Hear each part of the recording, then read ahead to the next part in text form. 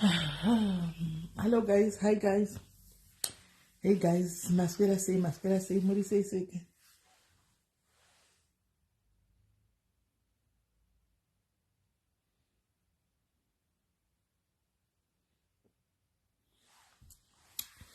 Masquera say guys, Masquera say, how are you guys? Muri say, go guys, Muri say. Imboya inasi timbotandara, ndinenya kune nyaya dzakawanda dzimwe dzichauya nhasi. Saka ndakaita ndakamira ndomirira vamwe vouya. Mwe nenyaya dzake ouyawo tichingoenda takadaro. Anomaona. Tichingoenda takadaro. Handii ndizvo.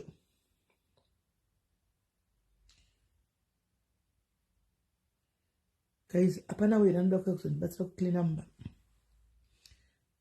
Auya andibatsire kucleana mumba. Hapana wera anoda kundiba. Anda kubatsira kucleana mumba guys, tiye kuzoti mundibetsere kuti ticleane mumba, titsvaire mumba, tirongedze mumba because kuwa kune time to take time. Depends. Zvichatora makuzuva, zvigotora nguva. Right guys, I hope muri right kwamuri kumatimana nyika nditika muri right anditi. Pane nyaya yanda posta guys. Yemurume kunge mukaradi. Mamuona? Kunge mukaradi kunge murungu. Ari kunzi akashaikwa. Hasi kuzikama kuti akaindepi murungu yeye. Nyasho it's a long story. Nyaya iyoyo. Asi nyaya guys inogona kuto implicata muzimba. Umwari involved munyaya iyoyo. Akanga aitawo achinokubatsira but kwayave nyaya iyi hakuna kumira zvakanaka. Saka achauya ake ndichadzoka naye achauya manje kana kuti tichange tapedza vitamin aid, all right. Regai vitamin tikapedza ndocho rapa vitamin aid. Then ndozodzoka time ne umwe anopedza basa rake na 5. Anomaona kuti munzwe. Andika ndozodzoka ne umwe anopedza basa rake na 5. Iko zvino regai timbotanga tanzwa tambotaura nezvenyaya iyo munzwewo kuti chichakaitika panyaya iyi. Asi ndisati tapinda munyaya yeuyu wekuningira iye wecho wemusikana uyu wokuti akaita pakaita problem yakaitika yemunhu kushaikwa. Nyacho yandichikisa nyaya iyoyo ndarohwa nehana kuti vakomana unotopinda pataiti usingatozivi kuti makadii. Hi, SIS MELLY, how are you? I'm well, and how are you? Very right. Right, kuri sei kuAfrica? KuAfrica kuri bose kuti ameno kwenyu kuchirungu. Zvakafanana kana iwa chirungu chaiko tingoriko. Zviri sei. Nasi zvaanani weather zvayo guys, itai muchishedza vamwe guys, itai muchishedza vamwe, muchisharewo life, share life motega vamwe handitika right. Ndina manini wandinawo pafoni apa handitika team Johannesburg, handika team Pretoria. Patinenge chiti mukadzi paya chiti women empowerment, handika chiti munhu ngaite side hustle, munhu dzidza kuti ndoita sei, ndotsvaga sei mari, ndoitawo sei mari. Nzvimbo dzakafanana neidzi dziri kutaurwa nemunina wangu apa ndodzimwe dzenzvimbo dzavanopa kuti muende. Handimona munoteerera kuti vamwe vari kuita mari sei muSA imomo, vamwe zviri kuvafambira sei. And instead yekuswera tiri pasocial media tichiteedza makuwa, handimona nekunzwa kuti ndingazodai. Sometimes it's worth it kuti ukanzwa pari kutoga zvemabusiness, handika just go there unogara uri kuchikona nekabhuku kako uchiteererawo kuti vamwe vari kuita mari munomu. Vamwe vakadzi vari kumaine musikana muno South Africa muno muchiti zvinhu zvakaoma vari kumbozviita sei. Kuno empowerna uku ndokwa unotora macontacts, ndokwa unotora kwaunoita vanhu vaunoziva vanenge vachikwanisa kubatsira. You create friends. You know guys, we are more of creating enemies mazuvano instead of creating friends and contacts. You need each and every of us guys, we need contacts. Ekuti one day kana ukabata mari yako, you don't know what to do, but uneka mari kaunako, no matter how small, uneka 5,000, uneka 10,000, you want to start a business, but you don't know the way how to go about it. Andika unosangana nevamwe vanhu kuti wakambosangana naye samwe kumabusiness seminar uko obva tichava ndineka 10,000 kangu ndingaite iyo chingani pamari, umwe munhu ari business minded zvokutodaro. Handimona talk yake business language yake chete ndeyekutsvaga mari, muromo make munongobuda business language nyaya dzekutsvaga mari, nothing else. Handimona right. Saka rega timbonzwa andina mainini panapa timbonzwa kuti vakatigadzirira chii. Tipei tinzwe zviri kufamba sei. Thank you so much, SIS MELLY. Aiwa, vasikanaka. Ndiri kuda kungoti inini ndiri kukuinvite hai. Ini ndinonzi Munya. Ndiri business coach, ndiri entrepreneur neniwo, and I'm also an author. Akanyora bhuku rebusiness. Saka inini zvangu, passion yangu, is to empower anonzi mudzimai, because I'm also a woman. Saka tinonyatso understand my challenges that we go through as women. That's why taita event yevakadzi chete kuti ngatimbouyai timboona timbotaurirana sikana kuti what can we do? What can we do with the little we have and start somewhere and grow it? Because inini kana nichidzisa business, I'm not talking about it. Aiwa we are nema thousands, nema millions utange business. We are talking about starting so small. The little that you think, chingatanga business, icho chindo chatiri kuda kutaura. So we have come up together with this theme, being an empowered woman. So we are running a conference. Yandiri kuti munhu wese ari kunzwa kuti you know what, ini hangu ndine chidokwa chekuti dai ndaitawo something for myself, nditawo business rangu. Hatisi kutaura futi business rekungoti tinongoedza zvobva zvangomira next month zvapera. Tiri kutaura business richange richienderera mberi, because toda ma-sustainable business, ma-business ari profitable, ekuti tinobva from one step to another. Tichingotanga mbijana tichiwedzera tichiita sei. So if you see our lineup pedu, I will be the main speaker as well, nokuti ndiri business coach. Chandichanyanya kudzidzisa kuti timboita ma-ideas ekuti toitei, because ndakaona kuti kazhinji tinoungana titi ngatitaure zvebusiness but hatisviki pakuti ngatimbodiscusai. So this time toda kumbodiscuss, mumwe nemumwe ambopawo muono wake, tichibatsirana kuti yes, you can do this, you can start with this, une mari yakati, aiwa pane chaunogona kuita, and come up with ideas. Patiri kubva ipapa tinofanirwa kubva umwe nemumwe wedu akabata idea yake yaari kuda kunoimplement, and we will teach kuti okay, kana wakutanga business racho unoritanga sei. And inini ndichange ndichidzidzisa about confidence. Unoziva chimwe chinoita kuti tirege kuita mabusiness aya kungoshaya confidence. Ndinozviziva zvese zvinoti neniwo ndakabva ikoko. I never thought kuti ndingaitawo business riri successful, ndingaitawo an entrepreneur. Unenge uchingoti ndezvananingi, ukaona mapost akadai so unenge uchingomajamba. Chiti haina ndisina business, inini handisi mubusiness, handisi kuda kuita zvebusiness, handizvigone. But you know what, ladies? Ingovapo. When you are there, uchaona nemumwe muonero, and you will see kuti it's possible. Tichamingla nevamwe vari kuita mabusiness, vari kuita vachitudza their stories. We'll be having Nyengetrai Mawere there. Nyengetrai is the CEO and founder with Real Premium Spices. I have ndakambosangana Nyengetrai at another conference, women conference as well. Ndopakatanga ndudza journey yake yebusiness. You know, I was so motivated. So I also invited her to say, come and motivate other women. It's so doable. Business rinoita. When you want to do it, chaizvo nemoyo wese rinoita. But kuti tiwane this momentum, tiwane power, kunge tiri pamwe chete as women, tichi-encourageana, tichibatsirana, tichimotivatana. And you build a circle, you know, yevanhu vari like-minded. Sezvataurwa naSis Melly, but you know what, when you are there, the atmosphere ndevanhu vari kuda kuita something with their lives. Vanhu vari kuda kuchinja upenyu hwavo. So the talk there, ndeyekuti ngatiitei something neupenyu hwedu. 2024 paanonopera, unga watoitawo business rako riri kutoenda mberi and you are not going back. And we are going to be taught as well about communication. Kuti unombokutaura sei nemaclients ako, iwe unotaura sei with whoever, ma-relationships chaiwo. Remember, kana tiri business, we are not like in our own planet. Tichiri kurarama nevamwe vanhu, tichiri munyika mumwe chete umo. You need to also know, sometimes chinoita kuti tikonewe kubudirira nekuita something, kukonewa communicate chaiko, kukonewa kutaura chaiko nevamwe, kunzwisisana nevamwe. So communication is very important. So that's why we pick some of these topics to say, toda kudzisana kuti how to come with a business idea. Unombotandwa kuita sei kuti unzwise kuti ndoitei. Then kana wane idea to confidence dzacho unodzibuilda sei. Kuti kana wakuti Sis Melly ndiri kutengesa chakati, Sis Melly kuti vatenge from you. Confidence dzaunoda ndedzakaita sei, and unodziwana sei. You see? And also kumotivatana ikoko, we are going to network, cheta time yekunetwork, activities, games, and all those things. Mouya nemakadzi enyu muchipawo vamwe vari mubusiness muchishare. We will also have tables. Kune avo vane some things that are doing which they want to advertise.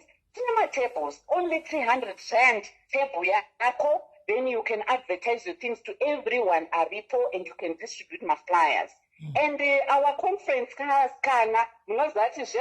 know, we want to empower everyone possible. It's 200 rand. Chete. That investment, I think, 200 is really nothing in South African value now.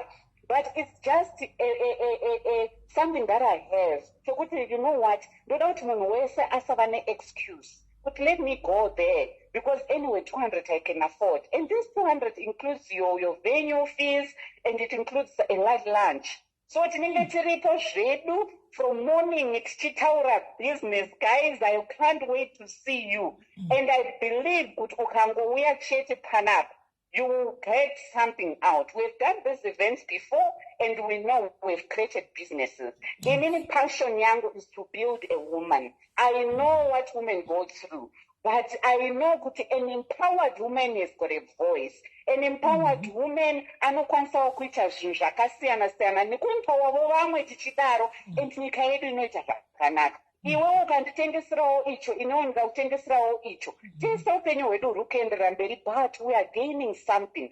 So ndiri kuinvite everyone who is around Joburg kuti uyai Midrand, Muswa 18 May, we will be there. Don't even want it to rush going home. We'll have something for you to eat. That will be enough for the lunch. Then we enjoy ourselves and talk about business without being judged. We are in an environment where we are inviting everyone. Come and get knowledge. SIS MELLY, thank you so much. I really appreciate this platform. And I hope the ladies Zvanzi, which they are all invited, everything is there. When they go out there, my promise is you will never be the same. I know what I'm talking about, ladies. Thank you very much. You know, one thing that I liked about this lady, guys, you can hear the way she speaks. She speaks with confidence. You know, you lack confidence. Confidence, then you kunyora chete ma comment section muri behind the phone. Tikazoti apa confidence inengosina. Of which in business you need to have confidence. You know, you don't have to doubt your product. Kumira mbele pamchana each. Noshi andiri kutengesa chakadai business language. Andimona. Ndoko kuenda uko 200 rand yako chete ku Midrand muswa 18. Antika oenda ku Midrand wono badra wono terrawo vamwe achitaurawo kuti vari kuti kudii zviri kumbofamba sei. Hanzi inenge it's more of a discussion. Antika not a teaching. So you be allowed to discuss and you share your opinion, say semunhuwo, and tell them your challenges as well. Antika uchibvunzo mubvunzo kuti saka kana pakadai so ndoita sei, kana pakadai so ndoita sei, muchienda makadaro. Antika 2024, you know, toda vakadzi veumhare. Antika tikuda vakadzi vasingadzokeri kumasure, tikuda vakadzi vari kutsvaga mari, kwete vakadzi vari kutsvaga makuhwa nenyaya dzevanhu. Tikuda vakadzi vari kutsvaga mari. Antika kuti uendere mberi neupenyu hwako, life yako yanyatsa kukuendera kuti inini social media chirekazodziya bviswa nhasi inini ndakati I gained something from social media. This is what I gained. Pete ngoti hati atiripo takanyayadzana ningi tikazwadzana ningi kazadzana ningi chiri tangible chona chapana. Go and get empowered. Go and learn the skills antika into business, the skills of marketing, the skills of, you know, selling products. Endai munodzidza muswa 18. I wish vanga vachita paZoom taitojoinawo maZoom. Animona todzidza kuti zviri kufamba sei. Vazhinji venyu please mune chipo chamakagarira kudai so, but you can never know because you haven't tried it. Kuti alright ndoda kutengesa zvitava munhu kuti ini kutengesa gusi kwangu handizvigoni. You have not tried it. How can you say handizvigoni usina kumbotry? Get into it. Tora zvivindi, pinda mazviri, try it. Kuzvoramba urimo uchidona uchimuka. I always tell you guys kuti tise tinodona. There's a point wekuti unotodona unotowa chakaipa kuti wadona uramba wakavata pasi. Kana wadona, wake up, dust yourself and move on. Indirect izvaramba zvekutengesa machips izvi ndoita se ndikanombita zvekutengesa bhutsu. Kana zvebhutsu zvachesonifambira ndikanomboita izvi uchida kusvikira wasvika pako chaipo. Anti muri kuona. Thank you very much Ngoho, my sister Gumbombe. Ndichiramba ndichingotara nezvekuti 18 akusvika zvakare vanhu vauye vakwanise kutengawo matiketi avo vauye tione kuti vakaungana ikoko. All right, Sis Melly. Another thing chandasina point out ndechekuti our event is so limited, guys.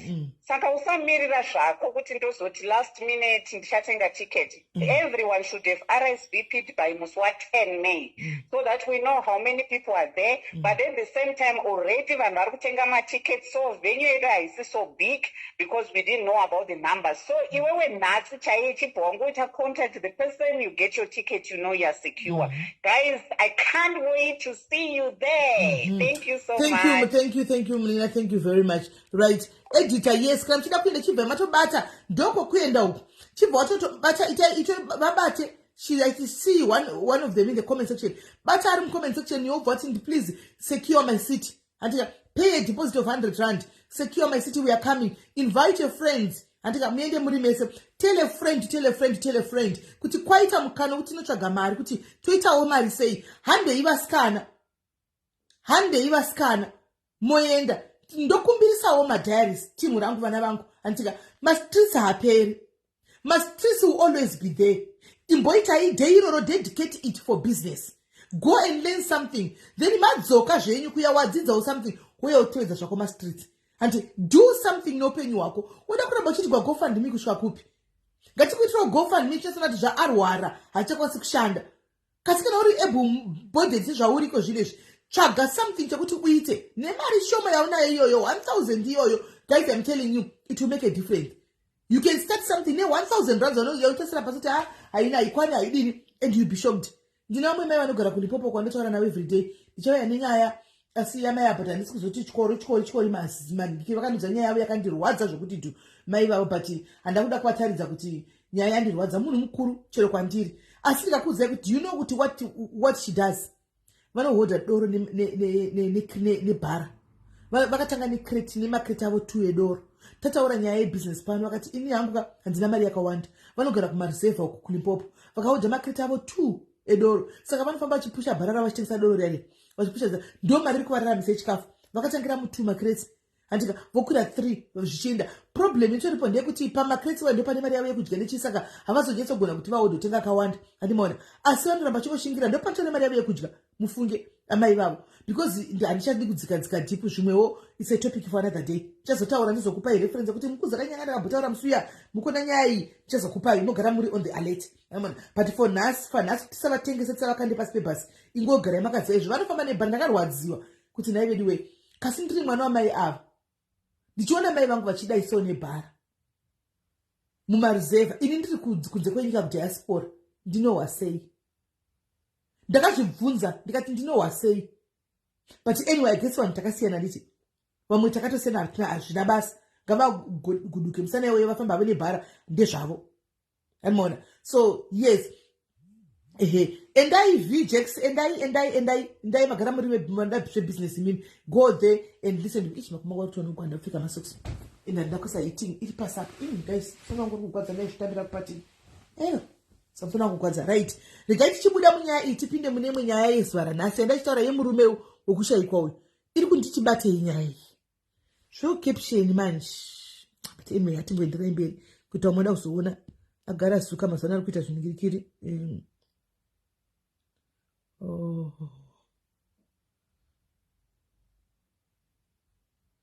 yandibata nyaya iyi asi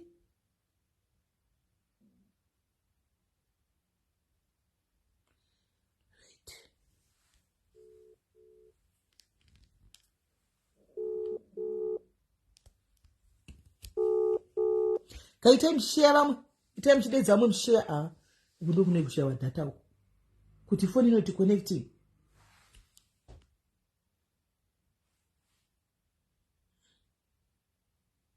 ita mshare live guys nokutega vamwe vauyo kumoza ari kupi atona kurespond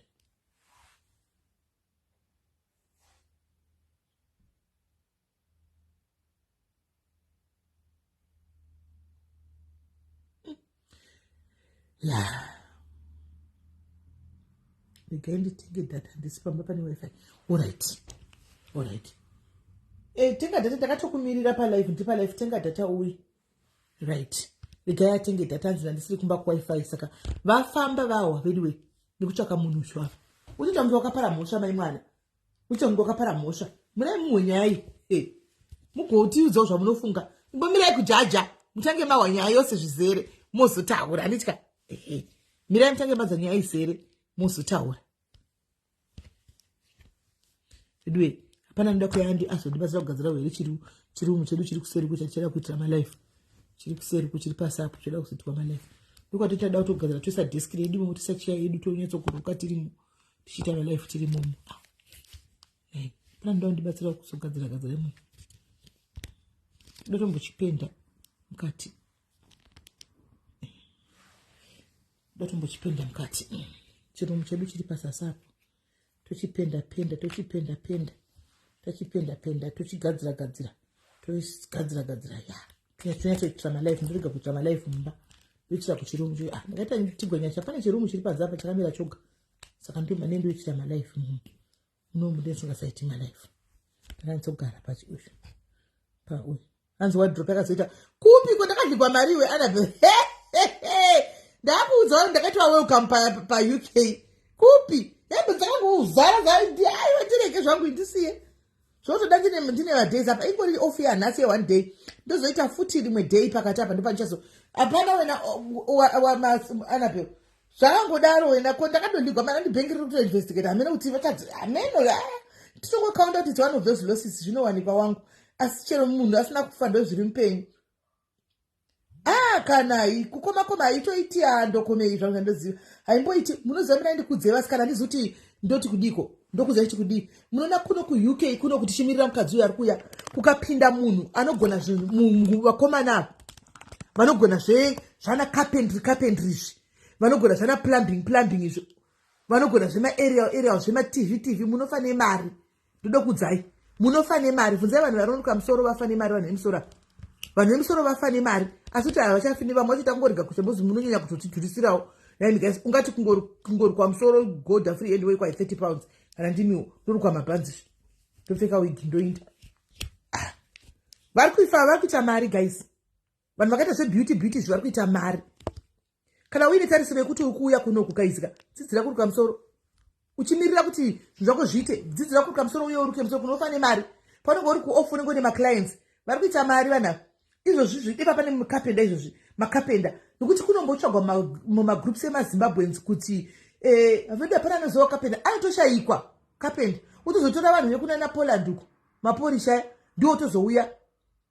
Anomaona. Ndio otozouya otanga kutokoma topeta anotokuchaja. Animashona. Mawashing line ekusapadza pakangouya munhu ari hands on. Anti maZimbabweans togara chero kuti ndivana jack of all trade. maZimbabweans vakangogona kupinda muno cheteka ndokudza kuti vanoita mari isingaiti.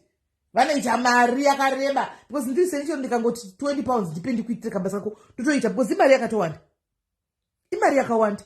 Munozoti kune zvimwe zvinhu zvoti ukapinda munoti muti mashopu takafanana kune imwe shop inonzi Iceland. So zvinhu zvese zvinoita ma 1 pound imomo guys. 1 pound. Saka kana wakabata 20 pounds guys unotenga zvinhu 20 zvema 1 pound. Zvanenge uchitenga. Zimbabwe ndo yarakazara kudai mapizza, zvikafu zvakabikwa kudhara izvi nyama yacho nezviraisi zvacho 20 pound. Anomaona. I've got nothing to lose. Vanoita gardening ava vakomana vanosasina usimba varume vanogona zvogadzira mari garden panze. Unofane mari. Unofane keshi. Because hakuna anogadzira magama maedha. Utodedza vele landscaping vaya anoita nezvimota vanotodhura. Iwo uri wani uchifamba kuchita. Unofana kuita mari yakasviba. Unoita mari yakasviba. Harizo kuti sei kuti zvinonetsa kuti dei zvapinda. Vanhu vaipinda munhu nemangopinda. Munoita mari vasikana ndikunyepirai. Maifane mari. Mahairdresser. Maifane mari. Zvokutodaro chaiko. But anyway, it's a story for another day. Gaitimirire mai avawi. Ana bema sanda ati muruda kuya kuno kugadzirira dzidzira kuruka musoro. Dzidzira kuruka zvikeroti. Zvima 1 single dzidzira. Kadzidzira chako uchinyaso uda chako pavhiku ningwa kugona. Uzongo perfecta wo musoro memunhu. Waku. Kuti vanhu vari kuita mari. Vanhu vari kuita mari. Gaitimirire mukadzi uyu muwe nyaya ichi. Mubunza to wavepi.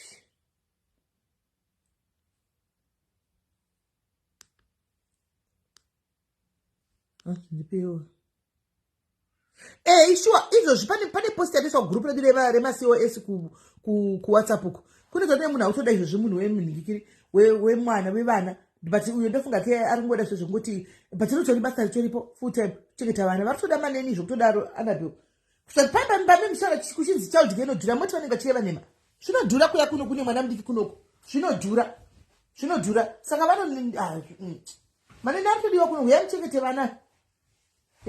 vana muite mari dzenyu don't be discouraged kana mari youya haimbouya yakanyorwa kunzi wakachengeta mwana kana mari youya haimbouya yakanyorwa kunzi dodlas anomaona haimbouya kuti dodlas bvunzai vanobata dodlas iko kuti vanojaira vanoridla kwai naisiswa nomugari wangu kwai chisimeri ndoridla riri pa kwai ndodla lachi riri pasaidi apa ndikati iwe kwai kana shungu riri pasaidi apa ndotopedza kudla lachi ndopedza ndonorinokora kudai nemaoko ndinotora ndonokanda uko .com guys unoshamba kujaira anibona unoshamba kujaira kuti .com ndinoda kuda kurinonga kudai kwai ndotodla riri pasaidi kana shungu zvakaoma yesimaita mutenda saka guys musadiscouragwa ini anibona kana mai yako vakagwara kumba kwaobvisi dhodhiwe vakazvitanga kuti dhotera haubvisi here hama yako cheche murume wako akagwara nhasi remunhu mukuru murume wako che murume mukuru akaza adhota nhasi apa achigwara aubisi dhoti hanzi unongobisa kuti wainoera kumba kwako aungobisa wesa muchemba wosiya imomo musambonyenyegwai muchidiscouragwa zvionerei moga see it for yourself kana wauya kunokwana zvachikuitira you decide handika wodzeka zvakumba kana ona zvichikuitira you continue choice yako usaudzigwe zvokuita nevanhu usaudzigwe uyaudi kuregret wega uri paposition come regret on your own uri paposition kuti izvadai then woenda kana watsaiga kuti handafunga kudzokera zvingoitawo vamwewo vari kudzokera right auya wodzokera ngotatedzera vanhu vanongoita mari iwo uchingoti kwa zvakazodai hallo dear. Hello. Yes, baba zvotauya. Magadi, sorry ndanonoka nandisina data. Aiwa tiripo zvedisi. Baba vasati vauya. Vasati. Ini ndiri kuCape Town, togara kuCape Town. Saka ivo vari kuJoburg.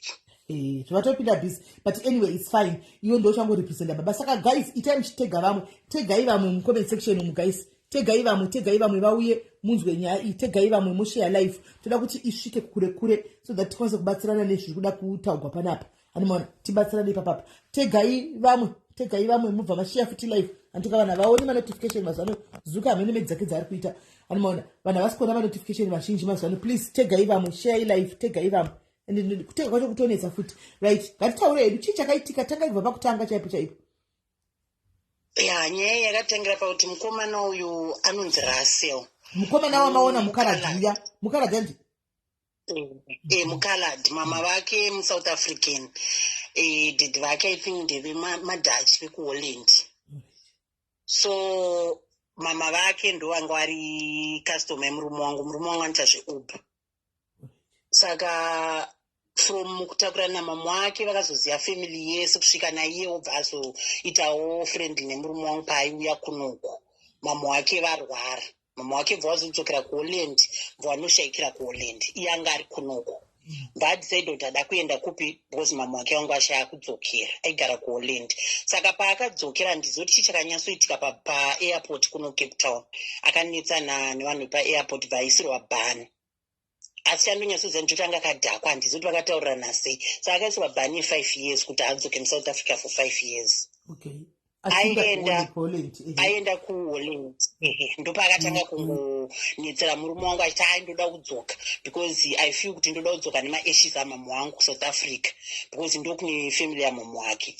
Saka papasina madzokero nenyaya yekuti anga ane bhani. But nenyaya yekuti aingoti handisi happy kuno kuHolland ikoko. Ndopavakapa kutaura nemurume wangu. I think ndopakaya point yekuti unogona kuuya nekuZim site but unenge wakuita border jump. Ndobva saka isu pakataura nemurume wangu tikatongofunga kuti maybe achazotudza ndoya musi wakati tikatosiya musika achifona achinda atomundege. Akangoti pana zvokuita. vafona kuti ndatomutege ndiri kunoenda kuzimbabwe, ndiri kusvika kuzimbabwe na7 kuseni. Saka kuti tichiona kuti anomutora ndiani pakatombonetsa, vandazofunga kuti inini hanzvadzi yangu iriko kuzimu ndo watikazofonera kuti chipikai munhu bhosta isada munhu strange mumuendesa pamabhazi ecape town.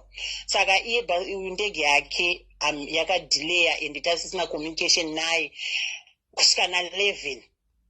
Saka paakazoisa message kuti ndasvika na11 hapana anga achiri padhuze even hanzvadzi yangu, hapana anga tiri kuchitumbisa.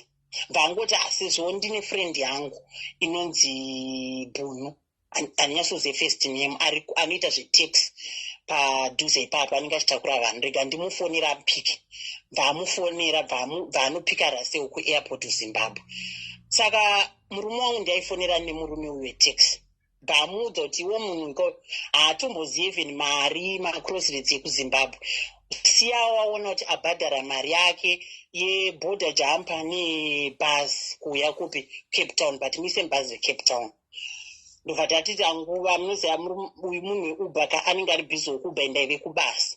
Leta raseuya ndiyakazotofona achiti ko ndaiswa mubhazi recape town rejoburg why kuti chizobata uyu kumubvunza uyu hapana statement dzanga achatipawo taxi. Bva tangu murume wangu bvangoti its fine, uya ukasvika mujoburg unongonanga straight pamabhazi ecape town ouya. Saka apanga rujamba border kapa kubva kuzimbabwe kupinda muSA. Because hazvaita passport yake haifana kutobuda. Saka ipapo apo ndo pakaita last communication yedu naye. Akatosenda kari kavidhio ari mubhazi manheru, bhazi rinonzi Godzilla Lexliner, akasumuka kuzimu kumazuva rodoka. Ndofunga isu tikangorarawo tingoti amangwana tinokomunicata naye anenge ayambuka bhodha. Zoda kutraya kutaura naye yaFriday, that was Thursday. Friday haana kuzobatika, foni yanga kutongoenda kuvoicemail, mameseji autika 1. Saka murume uyu wetaxi akatudza kuti ndamupa munhu anonzi Solo, ndiye ari mubhazi iroro. Saka that Friday murume wangu akabva foni naSolo yakati ndanzwa kuti ndimi mune murume uyu. Vati murume uyu isu hatinazosvika naye kuJoburg because patikayambuka bhodha takatya kuti polisi yemurodhi inozotinetsa nekuti murungu vanozotivhunza kuti ko murungu mamuwanepi. Saka tikamuburutsa pabhodha akatoti tanga tiri pagaraji, tibva tamusuwa pakumisa mutaxi, but taxi ndefriend yangu, taxi ndo yakanomisiya kuJoburg. Vati muri sure sei kuti akanosviswa, because ndaida kuti asvike nemunhu andinchitrust. Zvikanzi arega ndibvunze munhu wakaenda naye because kwaburitswa ri 2 mubhazi. Ndobva atisira message angeri forwarded yaitoratidza kuti munhu aiisa kwaari achiti mukomana ndakamusiya takasvika muJoburg na3 zuva rodoka iri Friday. Saka tikabva tangomutrust, bva tati maybe zvaakwira Friday na3 anosvika kuno Cape Town Saturday. Taingotarisa kuti maybe Saturday manheru anosvika, Saturday haana kusvika. Bva tamunyorera kuti hasita asvika, bva anosvika Sunday. Tikati pamwe anenge asina kuzokwira Friday, Sunday munhu angasvike. Vafonerwa futi nemurume wangu achibvunzwa kunzi ko munhu haana kusvika why. Ndopa akataura imwe statement, mastatement ake akabva atosiyana. Vati munhu uya ndazoona munhu wetaxi ari kuti akaenda nemunhu kusvika kuMessina. Asvika kuMessina akamuburutsa, akazokwira ega kubva muMessina. Ndopa tikatanga kutoona kuti something is fish, because mastatement ake achisiyana. Akutanga kuti pamamwe manumbers hamene umwe murume waiti Prince nemumwe waiti chimweni. Taurai navo vakatomuona mukomana. From there nanhasi hapana chatatichaona. Saka murume wangu akazoona kuti family yanga inomutrasta stereki, vati kuti ndichigara zvoita maybe ndine something, rega nditoita se ndiende. Saka mabrothers acho ari kuHolland mbohada akavati kana uchigona kuenda kumbonobvunza maybe unowana something uri kungoisa maposters side kuJoburg. Saka ndosha akakwirira kuya ikoko, auya kuenda kuJoburg. Aenda kuJoburg nezuro akasvika kubhodha, but vakatoenda kupolisi vakanzi kumwe kwaivhurike kesi.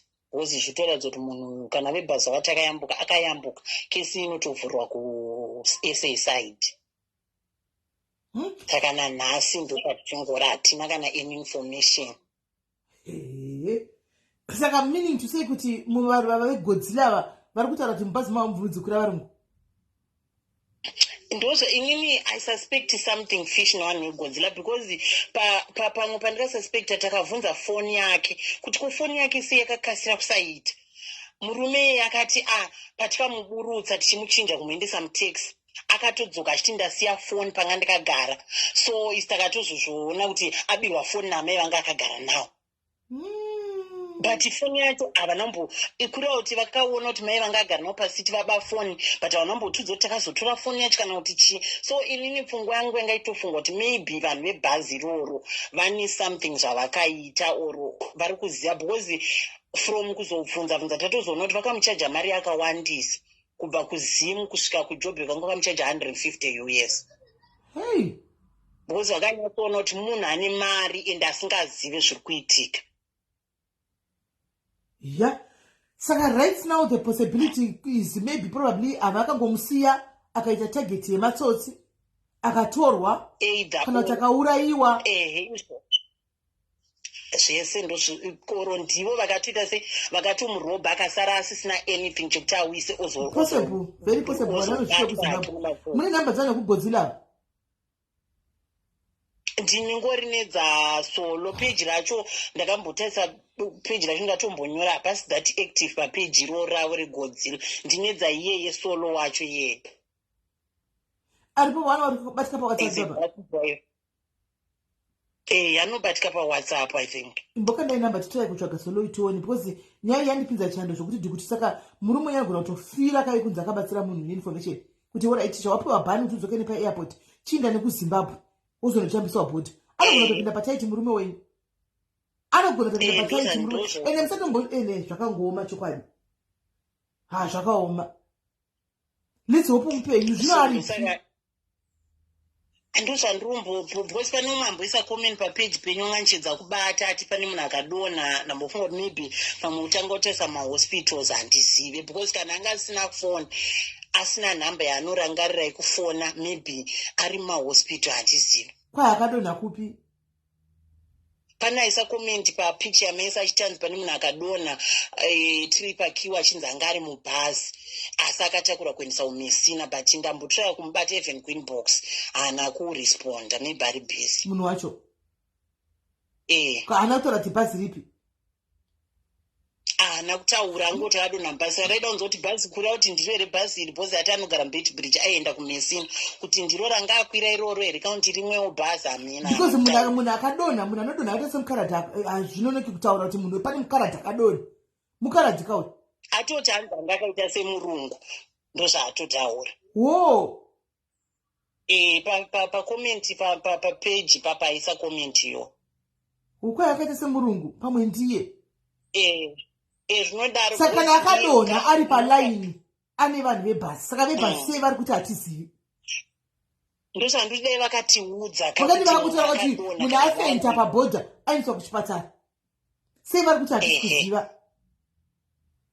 Ende maitiro acho seems vane zvavari kutoziva, because mastatement avo ashatira kuti achinja from statements dzavakatidzwa pakutanga dzakuti dzichichinja baba ivavo, so handichavatrust bakuti havasi kuziva anything.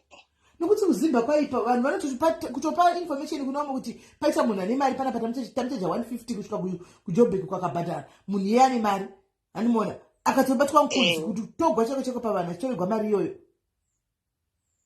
Because anenge mari yake kazhinji anenge ari maEuro ka.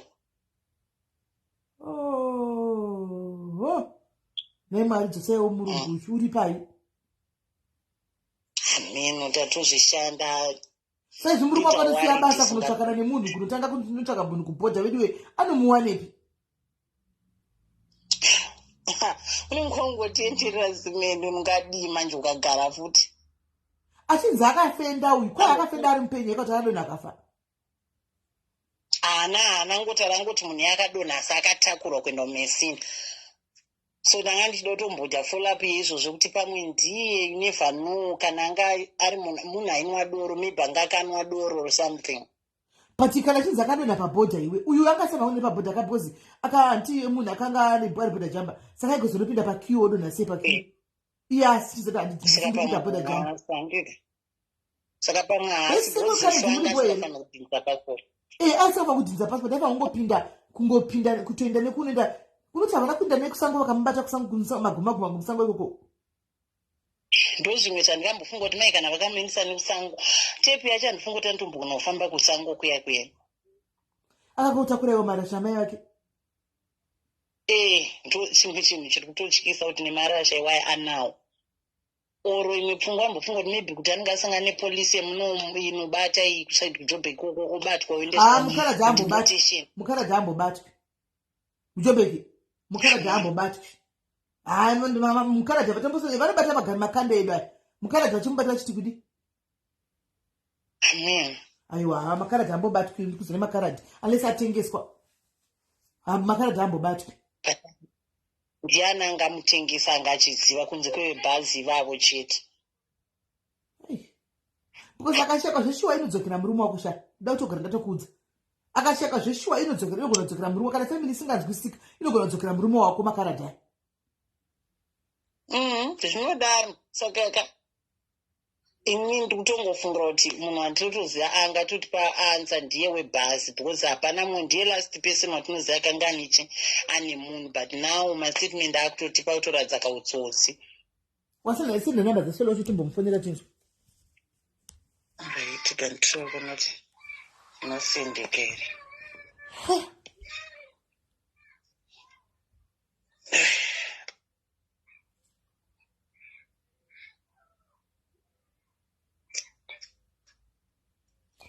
Vebhasi vakasingisa chitara kwakaisa munhu. Vanoziva vebhasi. Hazvinenge sense guys, mukuru anongodisappear just like that. Say. Mastatement ake ari fish zvingaiti aigona kutiudza chokwadi kana ambobatwa. Hanzi maybe vebhasi vakazama kuda kucleana bhani yake ndobva abatwa. Amen. Maybe any possibility yese zvino is possible.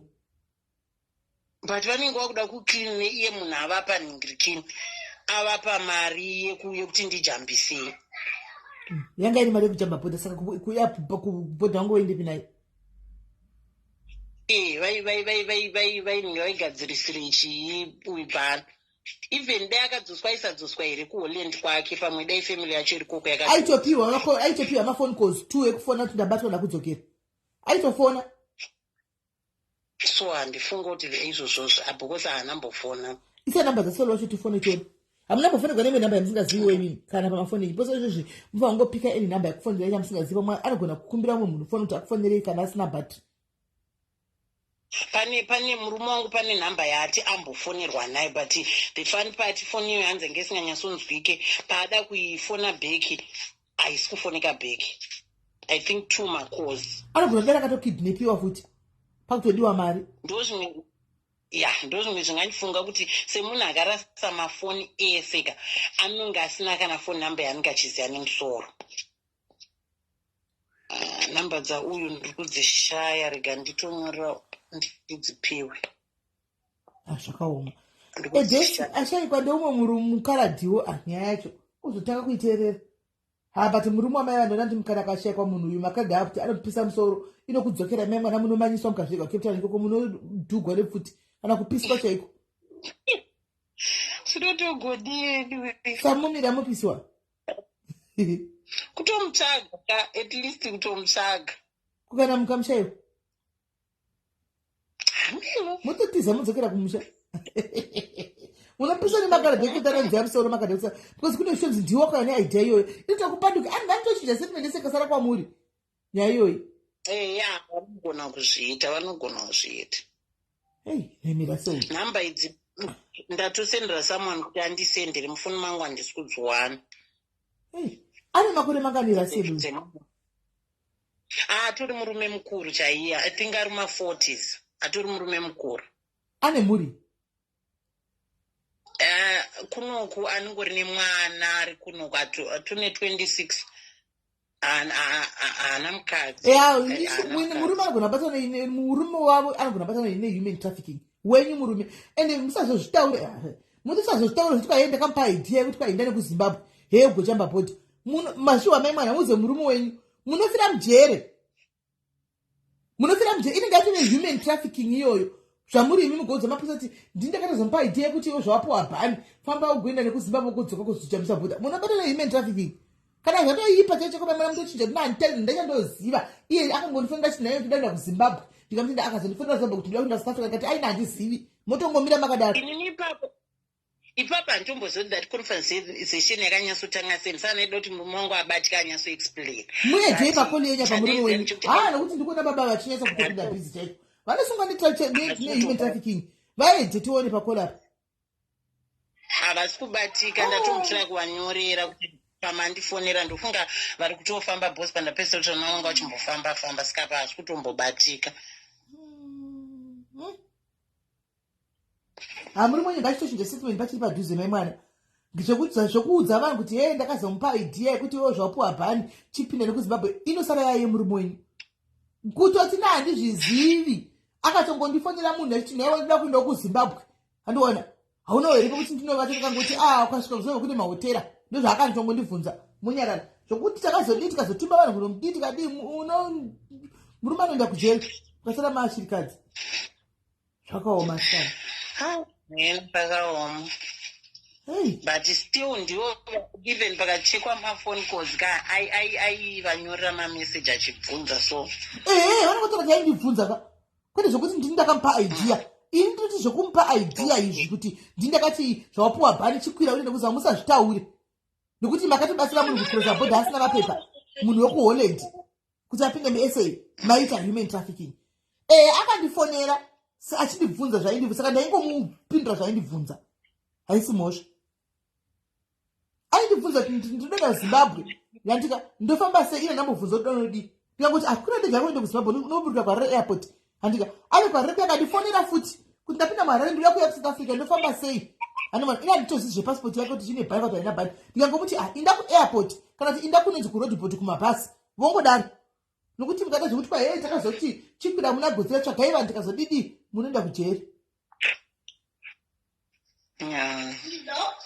neadouya murume wenyu totomupa mastatement panapa ekuti ataure kukoti uku nokuti ndikutoona kuti kana munhu akasawanikwa nhasi kana mangwana amuopisiwa ma ndowangaida kutoti atipe nhamba dzasolo acho asi kutombobatika godzila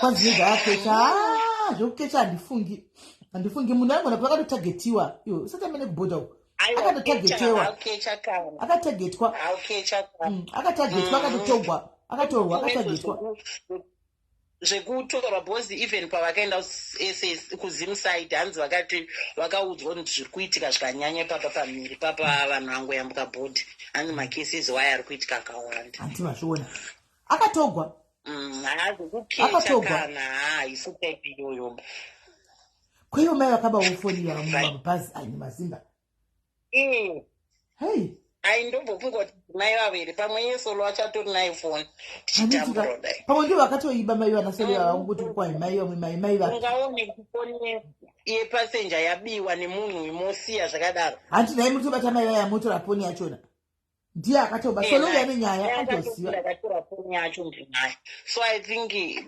murume ane nyaya ari kutotiwandisa anayo anyway regai tambe chimutsvaga imi kana maona update muzodza baba vakauya mutibati vauye tionesa nekuvaudza statement dzekutaura koti nekuti vanofira mujeri handokunyorerai alright sharp hey guys mazvona unotla kana kubatsira munhu guys isa yaya yako baba vatosiya basa ravo Cape Town kutoenda kumesina kunotsvaka murume mukuru kuti munhu wakafamba sei kwai une solo kana vobvunza vanhu kumabhasi kutioni solo uyu baba mukaradhi wakaindepi zvacho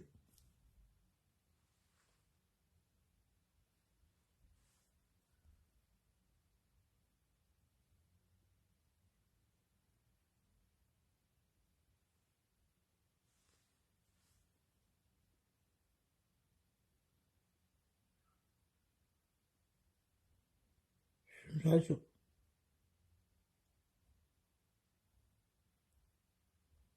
ndimbotsvaga rekumabhazi ndimbotsvaga solo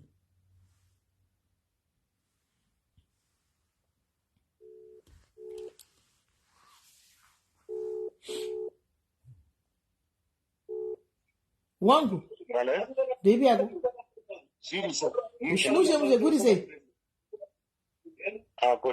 kuri sei Joni ko wangu ndiudze driver kubhazi rekwagodzilla uku kune munhu anonzi Solo, unomuziva? Anodani? Solo anaenda kuHarare. Kwete Sulu. Hamauti Solo ekati Sulu amene asi kwai Solo amene. Hauna kupiwa namba dzake. Namba hatina. Yanzi aita sinditsvage nyaya yacho. Ndikadokudira izvozvo. Solo uyu tiri kutsvaka murungu. Kune murungu watiri kufunga kuti wakakidnapiwa. But Solo you should be involved. Kutsvaka murungu anonzani? Anonzani ko murungu guys. Anonzani. Murungu anonzani ko mira ntosi. Mukaradi in fact. Mira ntosi sister yake. Anonzani ko mukaradi. Russell. Nyaya iyi ndeyekuti murungu wakaningirira munhu uyu wakabva kuHarare. Nyaya yacho yakati rebei inotanga nekuseri uku. Murungu uyu unonzi wakanga akamboinga ari Cape Town handiti. Ari kuCape Town asi iye anogara kuHolland.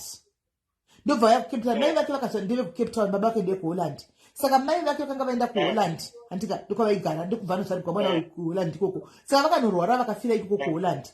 But hanzi vaigara choda kuigwa kuti kwama dzangu. Saka mukomana uyu akauya kuna mai vake kumba kwamai vake kunoko. Auya kuno ndobva ati ndakudzokera kutora madota amai vangu noti pavakafa vakaita zvokupiswa kunhingirikiri kunonzi kuHolland kwakwe. Andoni atire mari zvadzokera nawo kuCape Town madota aya. Ndobva aenda achida kuenda kuHolland. Ari kuairport anonzi akanetsana nema immigration officers paairport. Ndobva vamuisira bani ye5 years asingapindi muSA. Ndobva akwira ndege ndobva aenda kuHolland. Asvika kuHolland kuya ndobva asvika kuHolland kuya ndobva agara. Ndobva aona kuti hakusi kumufadza angajaira kaSA nikavibe unongozivawo. Ndobva afona kuSA kune murume uyu muzimba wedu uyu kuti shamwari inika ndakapiwa bhani asi kuno kwakusi kundiitira ndoda kuuya nemadota amai vangu azopiwa hama dzavo ikoko. Andiona but ndakapiwa bhani handisizo ndodzoka sei. Uyawo weduwo uyu ndochinobatsirawo. Ndobva amuti pane wei yekuti unokwanisa kuya kuno. Unenge utoenda nekuZimbabwe. Woenda kuZimbabwe uzonokwira bhazi wotaura nebhazi rokushandisa bhodha. Handika hoya kuno. Budhi vaya kwai ndokubva vakwira ndege yeZimbabwe. Ndokuenda kuZimbabwe kune madota avo. Vasvika kuZimbabwe kwakandobva vaburuka. Vaitombokomeketa nemurume uyu nemukadzi wake. Asi hanzi foni pane paikazongoshamba kukwira bhatiri. Ndobva vaburuka kudaro ndobva vaendeswa kumabhazi. Handika vaenda kumabhazi kuya kwai ndobva vaenda Solo uyu ndobva vagamuchira. Solo uyu ndobva vapinza mubhazi reGodzilla irorero. Kwai ndobva vatozofona chitindaiswa mubhazi reJoburg nachida kuiswa mubhazi rinoenda Cape Town straight. Pandaiswa mubhazi reJoburg. Ava vakataura it's no problem. Kana wangosvika kuJoburg unozokwira reCape Town. Ndobva apinda mubhazi reJoburg riya. Saka kunonzi bhazi rakaenda kuBeitbridge achinokrosa. Solo uyu kwaakuzobvunzwa settlement anoti hanzi vasvika kuBorder akaburutsa mukomana uyu kwai nokuti vakatya kuti vanovhunzwa kuti murungu mamuwaneipi here ofuti handisi kumeka sensi kwandiri mubhasi saka tachida kusungwa. Saka takati murungu aburuke. Vanoona then aburuka murungu aya ndobva tatitozomubata kupi kumesina kuda ndo paakadhisapera here papo kana takadi amheni istatement yakataurai. Akazotaura imwe statement yechi2 yekuti murungu takazomubvisa mubhasi medu handika akanokwira kombi yaenda kuJoburg tatove kumesina. Ari kuchichinjija mastatement. Andoona ava akabvunza kuti foni zvikanzi takamboona tanga abigwa foni mubhazi namai vangu agere naye. Kana mukabigwa foni mukazviona kuti yabiwa namai vamubhazi handi munototi kuna mai vainzai foni. Saka hazvisi kumeka kuti sensi ipapo kuti kunonzi akanga abigwa imwe foni nani namai vaive navo. Apa kwai vakamuchaja kusvika kuJoburg vakamuchaja $150 asi anga abhadhara $150 iyoyo. Saka kubva ipapo nemusi weFriday iyoyo kusvika nhasi munhu asi kuzikamata aripi munhu asi kuonekwa. Statement yekuti munhu akafamba sei handichabudi pachena chazikamuti ndakaindepi. But definitely muGodzilla maona zvaJoburg naye. Kuti akazosara papakaindepi chikadini havasi kuziva. Izvozvi Solo yakubvunza nongochinja mastatement. Baba vaya vakatoti nzinyama dzichinoenda motsvaka munhu izvo vakati vaCape Town vatori kutenderera kunoenda mesina kutsvaka munhu. Godzilla isikuenda kuHarare one. Godzilla inoenda kuBulawayo. The Lex Liner ndo inosenza pamwe chete neGodzilla. Kwai inonzi Godzilla Lex Liner. Lex Liner ndo yachireko ndifonera vakomana vacho kuti ndidzoka kwauri izvozvo. Bvunza nyaya yemurungu bvunza nyaya yemurungu takanga nemurungu ndiani tii chakaita pamurungu wakaindepi maybe imimi mukataurana pachezvo nelanguage dzenyu dzekumabhazi anogona kunzwa haana kubatwa akagidhinga anogona akabatwa nemagumaguma embodha machida mari ndekanidzwenyaya ndo pandiri kuti ataure chikwadi kauye pane kuti atikwa heye takazomukwidza kuzvinhu zvedu akakwira kombi heye akazodai nokuti kana akabata nemagumaguma ka anogona kuve akatourawa vamuuraya vanomuchengeta vamudza kuda mari vanonga kudhimanda mari ndambozvitaura ngati vanogona futi kuve akafidnepiwo ndambozvitaura apa vanenge vakabata madota amai emunhu apa votora futi mayuro ake anenge anawo apa vodhimanda futi momani kuhama dzifambire nyaya idzi ndipe feedback dzifambire sharp hanti mazviwa baba munhu anenge akatoita zvokukidnepiwa guys anenge akakidnepiwa murume uyu vanenge votoda momani akakidnepiwa murume uyu zvakaoma asikana hei nokuti murume uyu rasa wakashayikwa uyu guys ka baba vanopinda patete nemakarati munoziva nemakarati anzi amusoro guys zvokuti heye vaiwirirana zvese pakutanga ka inochinja nyaya iyi inochinja because ndivo vakauya neidea yekuti kwira uinde nokuzimbabwe ugozojamba bhodha vanopinda pataiti indarowa nehana pandawa nyaya yemaigirei ndapindwa nechando ndapindwa nechando nyaya iyi sho ningochi ndiri kubatsirawo munhu andoziva inokudzikiwa inokutenera kudai ipapa inovatenda akasawanikwa munhu ikoyo kana takangwa kafaka inovatenera muchazondiudza kuti chakuudzai inovatenera nyaya makaradi anochinja zvese zvinochinja ndisaka ndakuudzai ngati awanikwa hake ari mupenyu akangwa kafaka kana baba vanogona kutosungwa nepolisi nenyaya human trafficking ndio vakauya neidea yekuti indane ugogozojamba bhodha ugozodai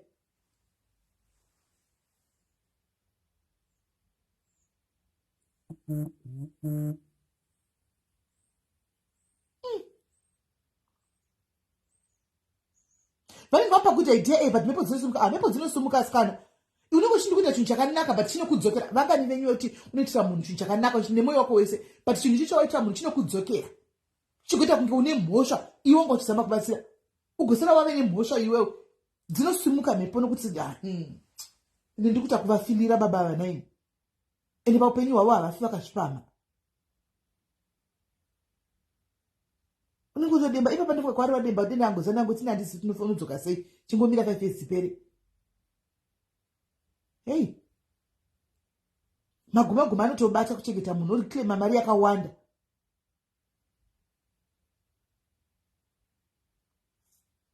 zvakaoma shokukidnepa varungu kukidnepa murungu kuti vati toda mari ende zvinotoitika vanenge vatoona gepu remari murungu akabiwa gaisi murungu akatogwa murungu mupenyu asi kuti wakatogwa because vakuda kutotora mari ende ndingoona mutatidi akangovewo mupenyu ake zvina nevadhimande mari ende vakadhimanda futi mari mona igaisi vakadhimanda futi mari inogona kudzokera futi baba vamunoziziva hama zvinogona kuti pamwe ndiwo wakarumira kuvanhu vekumusha kwenyu kuti torai munhu ushu tipiwe momari inogona kuwadzokera futi baba ivavo kuti vangoda mari se ndiwo wakataurira vanhu kuti batai munhu tipiwe mari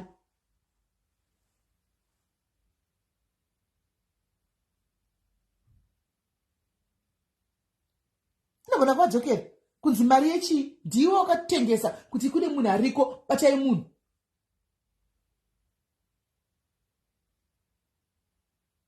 zvakaoma vidiwe anenge awanawo information dzemurungu uyu dzokai nadzo titsvage tibatsire baba ava nemhuri yavo tise tinyatso kuona kuti vakazvita out of love yesi madhuwe chishongo amai vangu muri sei vakazvita out of love baba ava asi honaiko zvoinda kana mangowawo information about murungu uyu vediwe ibvai madi mangotiudzawo regai ndimbotsvakamwe maidibai vachingobata katangopedza nyaya dzikawani nhasi ndimboonawo musi mina ndimbotsvaga mai vaya asi ndimbotsvaga pana umwe mai ane nyaya yavozve ndimbotsvaga sisimeli nyaya yangu ndichingoti imudiwe mbomirai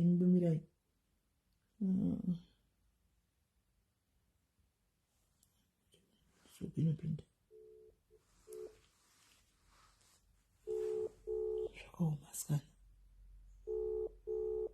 dei akaita mupenyu zvake zvitori nani yaita hake mupenyu vadhimande mari ari mupenyu nokuti ndiri kuona vachidhugwa nepfutini baba ava nemhuri yavo kana murungu akasawanikwa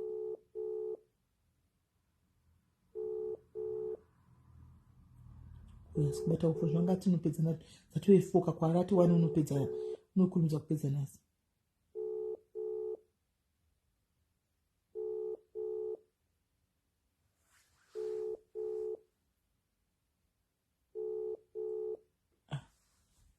Donguti kuzuka zvepalive time uyu indanjiti ndapedza.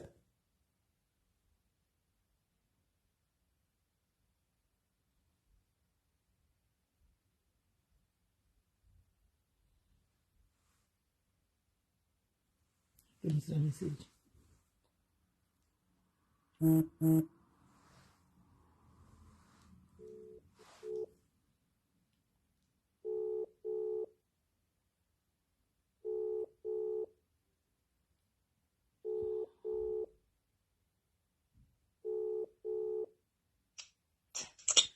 Kwasoti wapedze?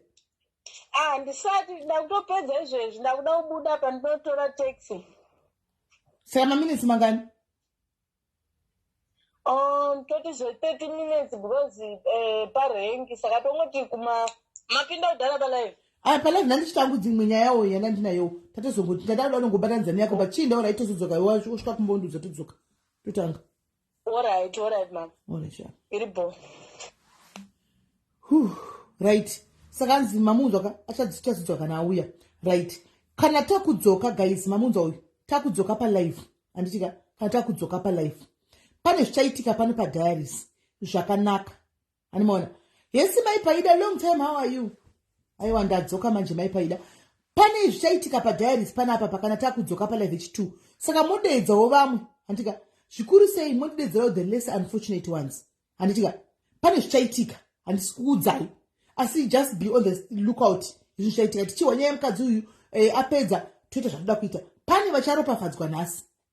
Pane vachablesswa nhasi. Anditika pane vachablesswawo nhasi kana Mwari wako ari kusaidi kwako.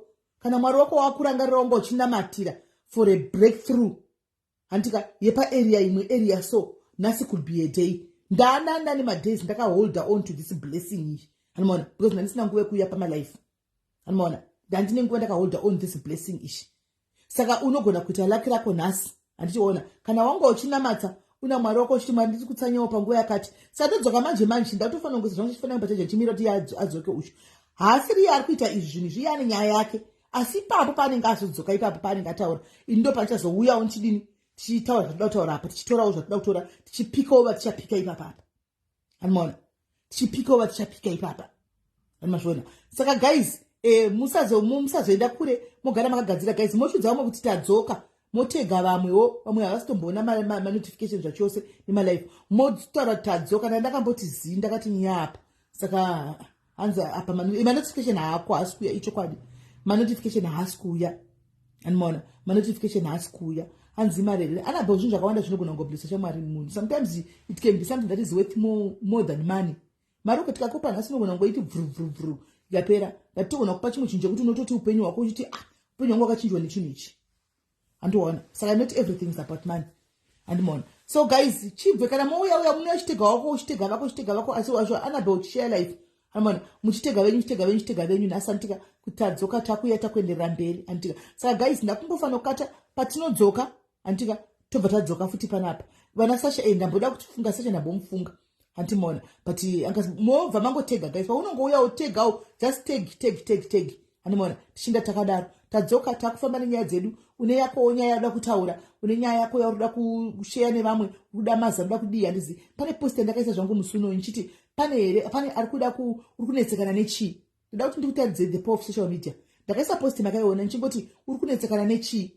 Vamwe wakati nebasa vamwe wakati neupenyu umwe kune vanhu vakaitirwa zvakanaka pacomments mumacomments mumuya zvakanaka varitoya nematestimony chako including this lady. Andika akatoti wedo ini ndiri kutsvaga mari yemedication yemushonga nechichichi vamwe mablessation akatondibata kuseri kuti tinotokumbirawo vanhu ava vauye toda kuvapa 3 mimi. Andika uyu akatotengerwa mishonga yose muri kuona yese yakatengwa nemumwe anyora papost ipo paya pane chikuziva papesandaridzi kuti ukanyara haugwazi. Kana uine dambudziko rako usatarisa kuti kwanzi nhingi vanoti kudini just bring it as it is. Unowana vanhu vanokubatsira. Kune vanobatsira vakawanda vasingatobatsiri papublic apa havadi zvekutozikama public vanotoenda kuseri. vanotoenda kuseri, havari kubatirwa papublic, vanoda kubatsira kuseri. Unongotora nyaya yako okunzwa, vanotouya kwandisi simeni tipewo contacts dzemunhu uya, kana tichiitewo ukwapu nemunhu uya, toda kumubatsira, just like that. Saka pamunonyara vati ai nini handingatauri nyaya yangu, andonyara vanhu, uchadla vanhu. Unonyara munhu asingakupi chiwo unoda rubatsiro, unonyara munhu asingakubatsiri nerubatsiro rwauri kuda. Hazvimeke sense. Unoona? Saka guys, ngatisanganei ngatingoti in 45 minutes kana mukadzi yasvika ndakumboisa phone pachacha ndika mugare muri on the standby.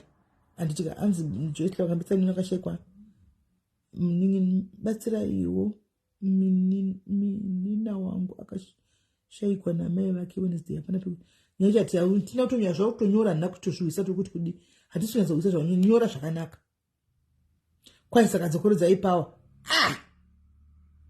Thank you Kotilda, thank you. The power of a prayer. Mwari avasimudzi dombo kuti rizokublessa. Vanotuma agent yavo, mutuma wavo, angel yavo kuti iye rizokublessa. Vanhu ndipo vasingazivi papo. Hanzi inini SIS MELLY munondidaira nchida yupo. Ndinodaira munhu wese. Unless message yako isina kuvhurwa, ndinodaira munhu wese. Hapana munhu asingadairi. Hapana munhu asingadairi. Hapana munhu asingadairi. Ndinodaira munhu wese unless amene kuti ndinodaira munhu wese. Azviti. Saka guys, tobatana ipapa ndika tosibatana patsukudzoka. Musaenda ku